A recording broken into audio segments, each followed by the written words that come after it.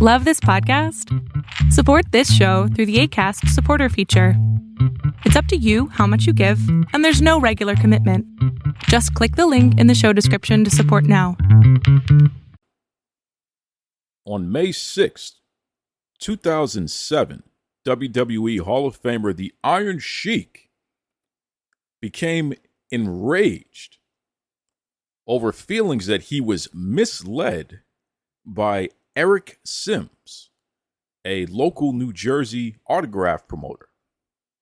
The Iron Sheik turned to Mr. Sims after cussing him out and slapped the hell out of Mr. Eric Sims. Now, after an incident like that, one would assume that you would do everything in your power to avoid confrontations, heated issues that could rise anywhere near this level. Unfortunately, Mr. Eric Sims, since then, has had many incidents in which he's been yelled at, cussed, threatened, not only by fans and customers of his, but also by pro wrestlers. Most recently, Mr. Sims has found himself in such hot water that many of you out there, especially wrestlers, have reached out to me and asked me to take a look. Therefore, on this special edition of the Duke Loves Rasslin podcast, we are going to take a dive into the Eric Sims controversy of 2023. You're locked in. Look at what we have here, folks. To the only show that matters. The cream of the crop. Duke Loves Rasslin. And there is no one that does it better than your host. I have come here to chew bubblegum and kick ass. The Duke. And I'm all out of bubblegum.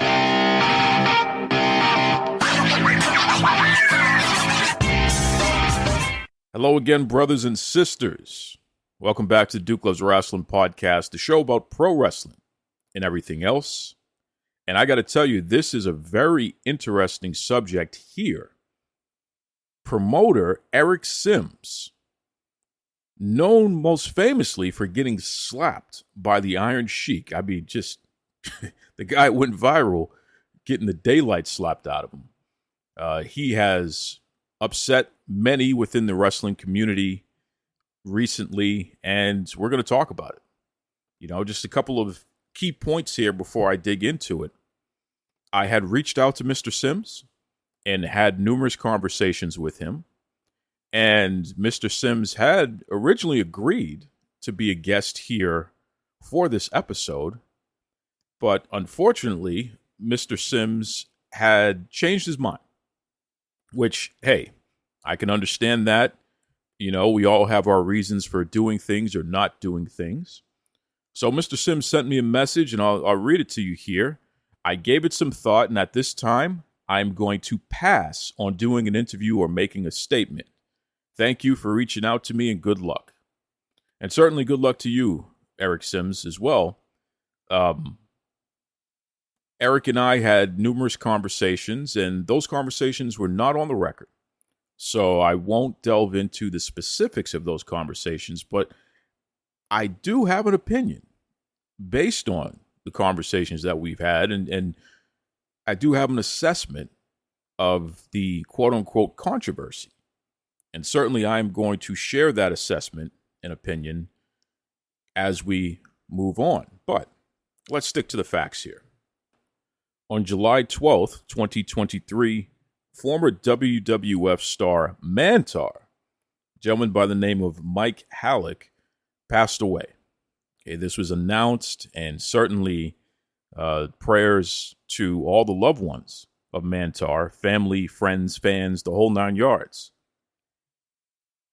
Eric Sims, who is the owner of ESS Promotions, he is a person that connects wrestlers and fans with each other via autographs. So if you want to purchase, autograph pictures or other memorabilia from wrestlers, Eric Sims is one of many people that has access to the wrestlers, pays them to autograph things, and then he marks that up and sells it.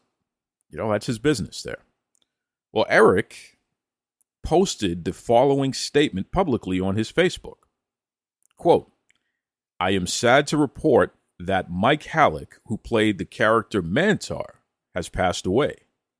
Thoughts and prayers go out to his family. We had Mike booked for 90s Wrestling Con September 30th and a full weekend of bookings that weekend. Rest in peace, Mantaur." Okay, so that doesn't sound too bad, right? That's a nice statement there. But unfortunately, Eric went on to make a post stating that he is looking for someone to replace Mantaur and asking his audience, who do you want to see replace him? Now, let's just make sure we're clear here, okay? Eric is running a business, and his business, in this case, is a whole convention where stars will be able to interact with fans, sign autographs, etc. And certainly, if you have someone booked and they cannot make the booking, in this case because they passed away, then yes, that does free up a spot. There's no question about that. With that said, many people were disgusted, frustrated, completely bullcrap over the fact that Eric would solicit interest from fans on who should replace Mantaur at his live event on the very day that Mantaur had passed away. Here's what one big name wrestler had to say about it. "That's enough. A man dies, and on the same day you advertise to replace him. You are a piece of garbage. If a man is dying, you book him for his last pictures, you miserable piece of trash. If you do business with this man, you're a low-life scum. This has to stop. You have no regard for human life. These people who die are our co-workers and personal friends. Anyone who runs an event and uses him, you're in the same classic garbage. You have nothing but to prey on wrestlers' deaths. Like you say, time is limited. You scum. You run to another state to get the last drip. You send people on their deathbeds pictures to sign while they're in a hospital bed. You're so broken up about the Sheik's death that you had a sale of death wrestlers' merchandise and stuck him in the end. Wow. People, this is the wrestling business. People are carny, shady scumbags. They don't care how you pay. So the weekend of 90s WrestleCon is coming. If you let this man in the building, you're in the same class. If you do business with him, you're just as low. That is just one of many comments about Eric Sims and his business practices, not just as it relates to this controversy with the passing of Mantaur, but in general. It's just crazy. I mean, one person said, "I said Eric was scum for a long time. I called him out for the way he treated Tracy Smothers' passing. He has blocked me from his page." Wow. Okay. It just there's a lot, and certainly I received a lot of messages. Somebody said Eric would sell his own family out for money. Someone messaged me and said Eric is a strange dude who's not very well liked.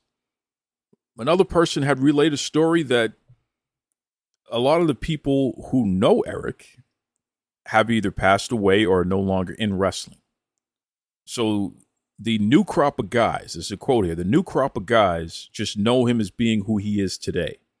He's a half-assed promoter, really someone who's a hanger-on that just wants to be in the business.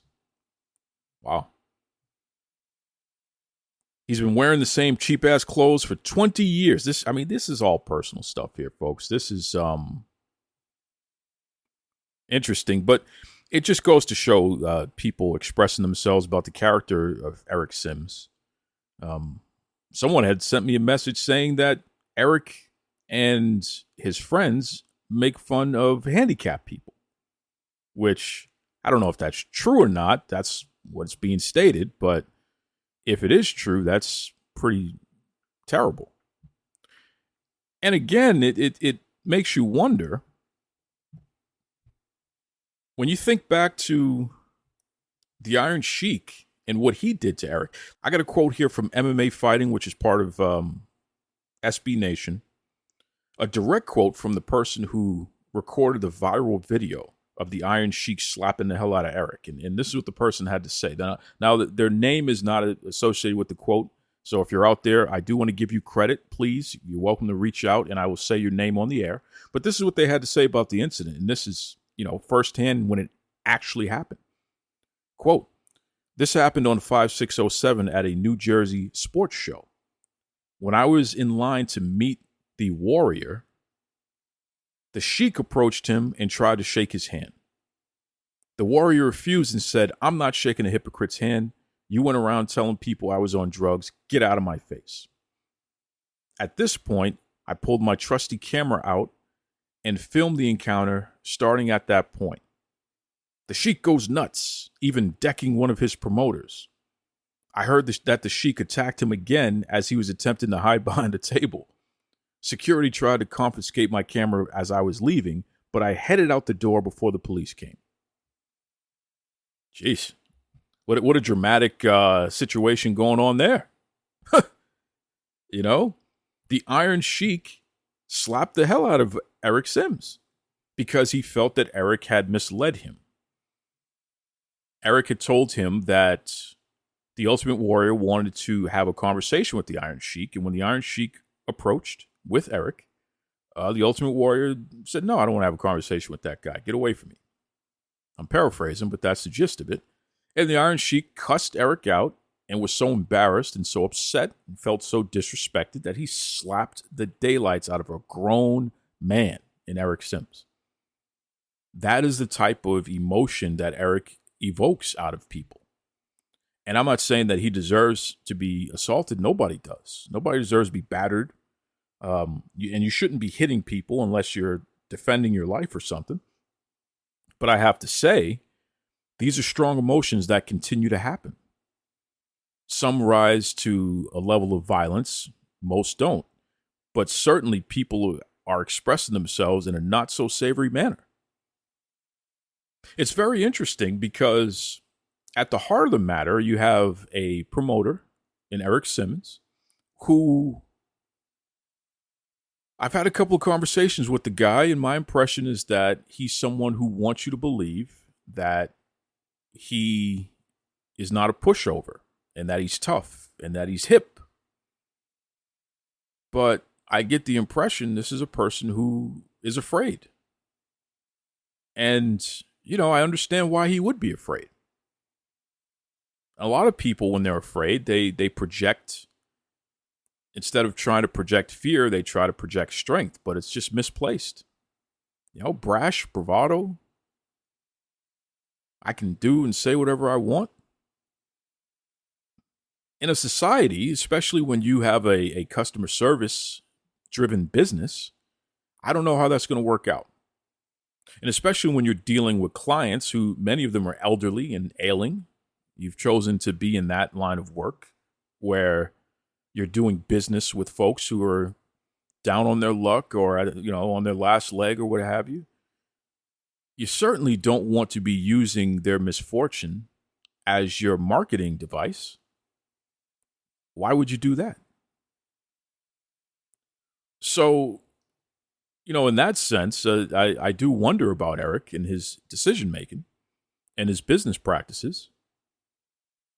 I will say on a positive note that Eric is someone who mentions his family a lot. And I think that takes a lot of character, and that tells me a lot about a person, whether they even realize it. They're revealing something special about themselves, which I respect. So kudos to him for that. But I don't get the impression that that same level of care and understanding is extended to the people that he's doing business with. And I'm not saying that you have to be that way, but it's peculiar if you have a customer service driven business. Why would you be someone who is publicly and outwardly so insensitive? It just doesn't work. That's my opinion.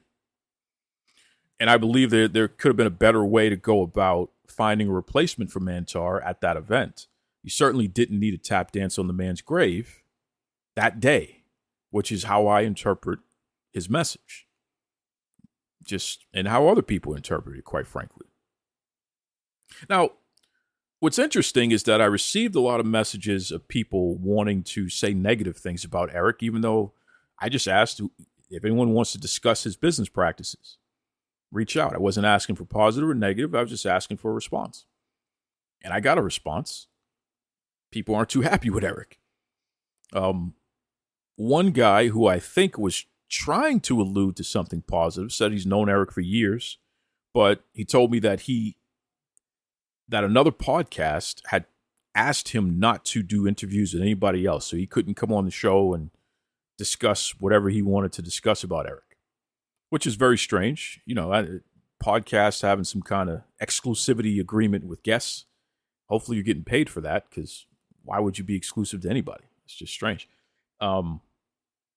But with that said, there is a couple of guys out there, podcasters, and I'm not going to name them because they're going to have to pay me for that kind of attention, you know, considering the way they've conducted themselves.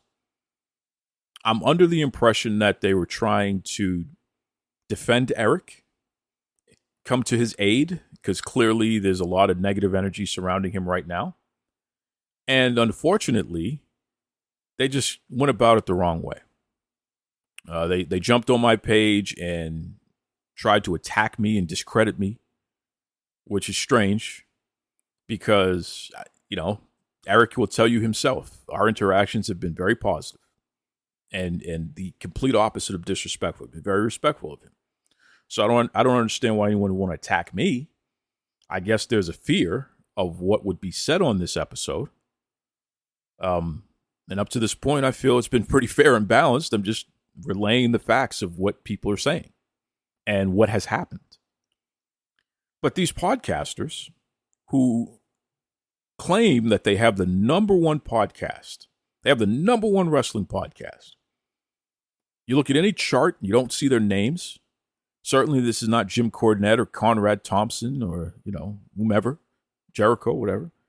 But these guys claim they're number one, which good for you. Maybe you're number one on your street or something. I don't know. So if you're number one, then what are you doing on my page trying to discredit me? I didn't even know you existed. They took screenshots of 2 negative reviews of this show that have happened in 7 years. I've gotten 2 people to go on the record and give negative reviews about Duke Loves Rasslin.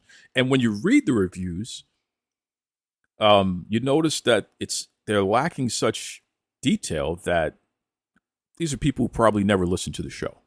They're just feeling the need to take shots. Now, on Apple Podcasts, which is part of iTunes, on Apple Podcasts in particular, there are at least 25 reviews with words, not just stars, but words. Out of those 25, at least 23 of them are 5-star reviews with people expressing how much they enjoy the Duke Loves Rasslin podcast. Then there are 2 1-star reviews with people saying a few words, don't listen to the show, whatever. Clearly, these things aren't matching up, right? Clearly, there's something off here. But these podcasters, they took screenshots of that and posted it. They went to the Chartable podcast rankings, and at the time, this show was ranked number 123 of all wrestling podcasts, number 123. And they screenshot that and they posted it. See, he's only ranked number 123. Let me tell you something. There are literally over 100,000 pro wrestling podcasts out there, and new ones pop up every single day, right? Every single day, somebody thinks they can be a podcaster. Some people make it, some people don't. It is what it is. For you to be ranked number 123 out of all the podcasts that are available out there, in any genre, you're doing all right. But here's the interesting part. That was the episode from last week with Rob the Genius. Rob is not a pro wrestler. He's not some big famous name. And yet, just me and him shooting the breeze, we were 123. But then it jumped up to 85. And then it jumped up to number 70. I haven't checked it. I'm waiting for the rankings to come out today, but it'd be interesting to see what it is today. But that's how it goes. People listen to episodes at different times. When it debuted in the top 15. That happens all the time. This show is the type of show that when I classify it in the pro wrestling genre, it's definitely going to be somewhere on the rankings. Now, the people who were trying to take shots, they were nowhere on those same rankings. They were nowhere to be found.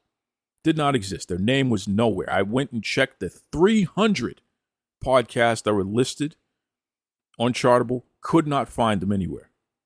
What does that tell you? But they're number one. That's what they claim, right? Very strange. These guys, they said they were going to make me their B word, and they took pictures of the logo and put a clown face over it, all kinds of weird stuff that amount to significant insecurity because they're concerned that I'm doing an episode about their friend. And instead of just coming to me and have a conversation, hell, they could have contributed and said, hey, that's our friend and he's all right. We've had him on the show numerous times. We feel that he's getting a bad rap here. They could have done that, or they could have done nothing at all. Either way, it would have been welcomed. But you took shots at me in this show, and it's just funny to me because all you did was just bring more attention to me in this show. And I'm not even going to say your name because you don't deserve free advertising from me. They try to post an advertisement of their show on my page, which, why would you do that? You're number one. You don't need to advertise on anybody else's page, right? You're already number one. Somebody claimed that Jim Beam is their sponsor, whatever that means. It's interesting. They claim that I've only had a few articles written about the show since 2016. Folks, this show gets covered. We know that. You can Google it yourself and you'll see. TMZ, even Fightful, our friends over there who, love and hate us. They're in between, but they like our content enough that they've covered us through the years. Wrestling Inc. We can go down the list. Because news happens on this show. We get top-notch guests, and we get the information straight from the source. So that's what happens. But again, to the podcasters out there who, in a very misguided way, were trying to defend Eric Sims, you could have went about that a different way. And I don't know what it says about you and your morals and just the way you conduct yourself. I know one of the guys affiliated with that podcast has been sued by a reputable business because they claim the guy was stealing their patented information and trying to make his own money off of it. If these are the type of unsavory business practices going on there, then it paints a picture. And suddenly it's not guilty by association, it's just guilty. At least in my court of opinion. But again, no hard feelings. You can continue to be upset. That's okay. At the end of the day, I don't feel one way or another about Eric outside of the fact that I will say this to Eric Sims and to everybody. Be kind to yourselves and then be kind to others. Don't go out of your way to be someone that is bringing unnecessary hurt and pain to others. Especially when you're somebody who has felt the wrath of what happens when you do that. I am very upset about the fact that people who have to face their own mortality every time someone that they've known has passed away. In this case, I'm talking about these pro wrestlers. I'm very upset over the fact that they have to see a guy, a promoter, be so insensitive and immediately use somebody's death as a marketing device. That is just not acceptable. And to Eric's credit, he has posted an apology. Now, mind you, he posted the apology a couple of days ago, right? It's the 20th of July right now. So about, 5-6 days after Mantaur had passed away and after Eric had tried to use him and his death to promote replacing him, Eric did apologize. Now, maybe that was a genuine apology. I don't know. Or maybe Eric realized that this is having an adverse effect on his business, so he had to do some damage control, which would be smart to do that damage control, whether it's genuine or not. Yeah, you definitely need to apologize when you make a mistake like that. And I've noticed that some people have canceled bookings that they were scheduled to do with Eric. I don't know if it's related or not, but it is interesting to see. Be kind to yourselves and be kind to others. That's the motto right there. Don't go out of your way to bring anguish to others. That's it. Duke Loves Rasslin on Facebook, on Twitter. Duke Loves Rasslin at gmail.com. Let me know what you think. There are just a lot of people who are associated with the wrestling business in some way, shape, or form. And again, you got to wonder, do these people actually care? And caring takes on different forms here, right? But at the end of the day, are you being a decent human being to people? Are you being straight up with people? Or are you being deceptive? And are you causing people to have to be unsure when they deal with you? Something to ponder. That concludes this special edition of the Duke Loves Rasslin podcast. I got to get out of here. Who knows? Maybe I'll post another episode where I get back to our regularly scheduled programming. I certainly have a lot to say about the state of affairs in pro wrestling right now and what's going on, the highs and lows for both WWE and AEW in particular. Shout out to our friends at Middle Kingdom Wrestling in China. WoW Superheroes. Everyone. Mission Pro Wrestling. Shout out to all of them. Just, again, be kind to yourselves and be kind to others, everyone. Let's talk hydration. See, I carry something to drink with me every single place that I go because I am concerned about being dehydrated. It runs in the family. Everything from dry mouth, dizzy spells, fainting. It's pretty serious. And I've tried all the different types of waters and sports drinks. Let me tell you something right now. Liquid IV. That has been the most efficient at keeping me hydrated and doing so pretty quickly.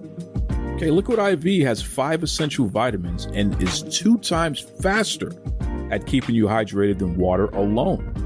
And I'm serious, man. Everything from vitamin C to vitamins B3, B5, B6, B12. Liquid IV also is non-GMO, so it's free from gluten, dairy, soy. So for all you folks out there with food allergies, this may be right up your alley. And I know what you're thinking, but how does it taste, Duke? Well, it tastes pretty good. Okay, we're talking my favorite in pina colada. They also have tropical punch, strawberry, new flavors like sea berry and strawberry lemonade. You can enjoy this stuff, man. But don't take my word for it. I want you to stop what you're doing right now and head over to liquidiv.com. Use the promo code Duke Loves Rasslin so you get 20% off your entire order. I mean, anything that you order on liquidiv.com. So what are you waiting for? It's time for you to shop better hydration today. Use the promo code Duke Loves Rasslin over at liquidiv.com. Save yourself 20%. Stay hydrated. Most importantly, enjoy life. That's right.